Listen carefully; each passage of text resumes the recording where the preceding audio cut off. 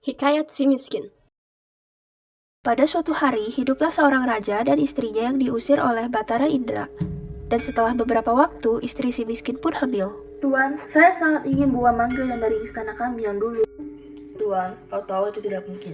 Kalaupun aku mendapatkan buah mangga, kau tahu saya akan berikan kepadamu. Istri si miskin pun terdiam dan si miskin jalan ke pasar.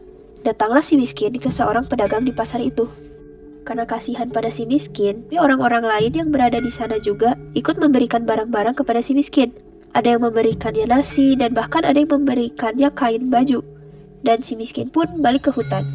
Inilah buah mangga yang kau sangat inginkan. Selain itu, ada juga kain baju dan nasi yang diberikan oleh orang-orang di pasar.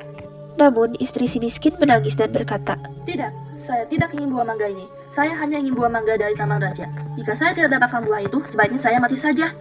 Walau ia merasa sebal kepada istrinya, si miskin tetap melakukan keinginannya dan ia pun pergi untuk meminta izin untuk memasuki taman raja. Maka diambillah oleh si miskin dan ia menyembah baginda itu. Saat si miskin balik dengan buah mangga, istrinya sangat bahagia. Namun setelah 3 bulan berlalu, istri si miskin menangis lagi.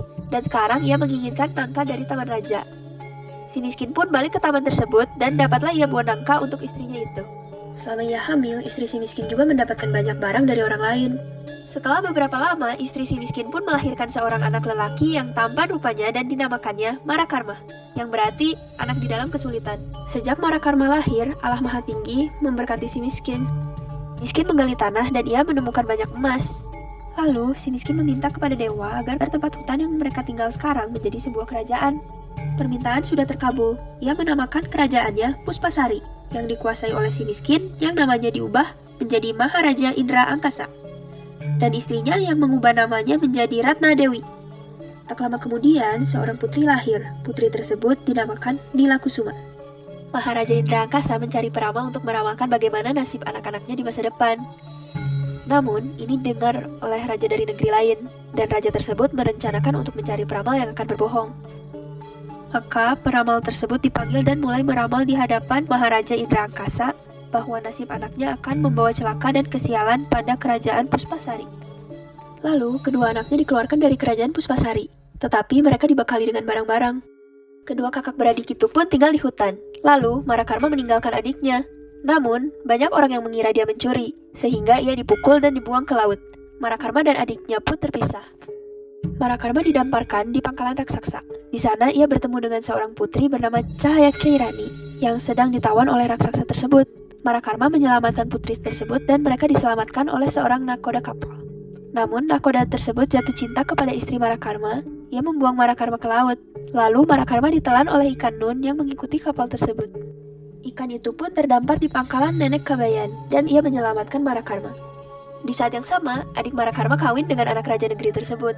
Dari info nenek Kabayan, Marakarma tahu bahwa ia berada di negeri pelanggan yang dikuasai oleh adiknya yang sekarang bernama Putri Mayang dan suaminya, Maharaja Puspa Indra dan anaknya, Mangindrasari. Dan ia tahu bahwa ada kapal berlabuh di pangkalan negeri. Nakoda kapal tersebut mempunyai istri yang cantik, namun keduanya sering berkelahi. Setelah itu, Marakarma berencana untuk menulis pesan di kelopak bunga dan memasuki cincinnya. Tak lama kemudian, nenek Kabayan mengantarkan bunga tersebut ke istri nakoda yang mengajarnya merangkai bunga. Ia mengambil bunganya, dibaca pesannya itu. Istri nakoda tahu bahwa suaminya masih hidup.